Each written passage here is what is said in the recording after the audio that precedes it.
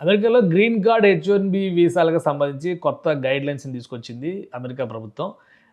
July 10వ తేదీ నుంచి ఈ గైడ్‌లైన్స్ అన్నీ కూడా అమల్లోకొస్తాయి. ముఖ్యంగా దీనిలో సంతకాలు చేసేటువంటి విషయం. అంటే ఎవరైతే అభ్యర్థి ఉంటారో వారు చేసేటువంటి సంతకాల పైన ఎక్కువ ఫోకస్ పెట్టింది అమెరికా ప్రభుత్వం. దీనికి సంబంధించినటువంటి సూచనని US citizenship and immigration services clarity ఇస్తూ ఒక నోటీస్‌ని రిలీజ్ చేసింది. దరఖాస్తు చేయాల్సిన సంతకం విషయంలో నిబంధనలు జాగ్రత్తగా గమనించాలి. లేదా దరఖాస్తుని తిరిగి వెనక్కి పంపించేటువంటి అవకాశం ఉంటుంది. అంటే సరిదిద్దుకోకపోతే గనక చేసినటువంటి ప్రొసీజర్ సరిగ్గా గనక ఫాలో అవ్వకపోతే దరఖాస్తు రిజెక్ట్ చేసేటువంటి అవకాశం ఉంది. తర్వాత తప్పులు దిద్దుకుని మళ్ళీ వీసా ఫీజు చెల్లించి సమర్పించుకోవాల్సి ఉంటుందన్నమాట. దరఖాస్తులో సంతకం పెట్టాల్సిన చోట టైప్ చేయడం, సంతకం తయారీకి డిజిటల్ టూల్స్ ఉపయోగించడం ఇకపైన కుదరదు. చట్టపరమైన అనుమతి ఉంటే తప్ప అటార్నీ, ఏజెంట్లు దరఖాస్తుదారు తరపున సంతకం చేయకూడదు. సిగ్నేచర్ స్టాంపులు, ఆటో పెన్నులు ఉపయోగించకూడదు.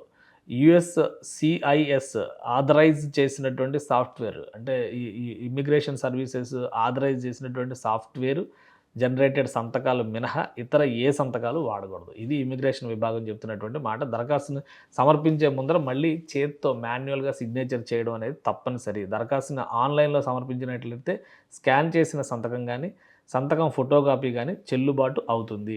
దరఖాస్తుదారు 14 ఏళ్ల లోపు అయితే కనుక తల్లిదండ్రులు లేదా లీగల్ గార్డియన్ సంతకాలు చేసేటువంటి అవకాశం ఉంది. సో గ్రీన్ కార్డ్‌కి అప్లై చేయాలనుకున్నా కానీ హెచ్-1బి వీసాలకి ఇప్పుడు జూలై 10వ తేదీ తర్వాత అప్లై చేసేవాళ్ళు అందరూ కూడా ఈ రూల్స్ ఫాలో అవ్వాలి.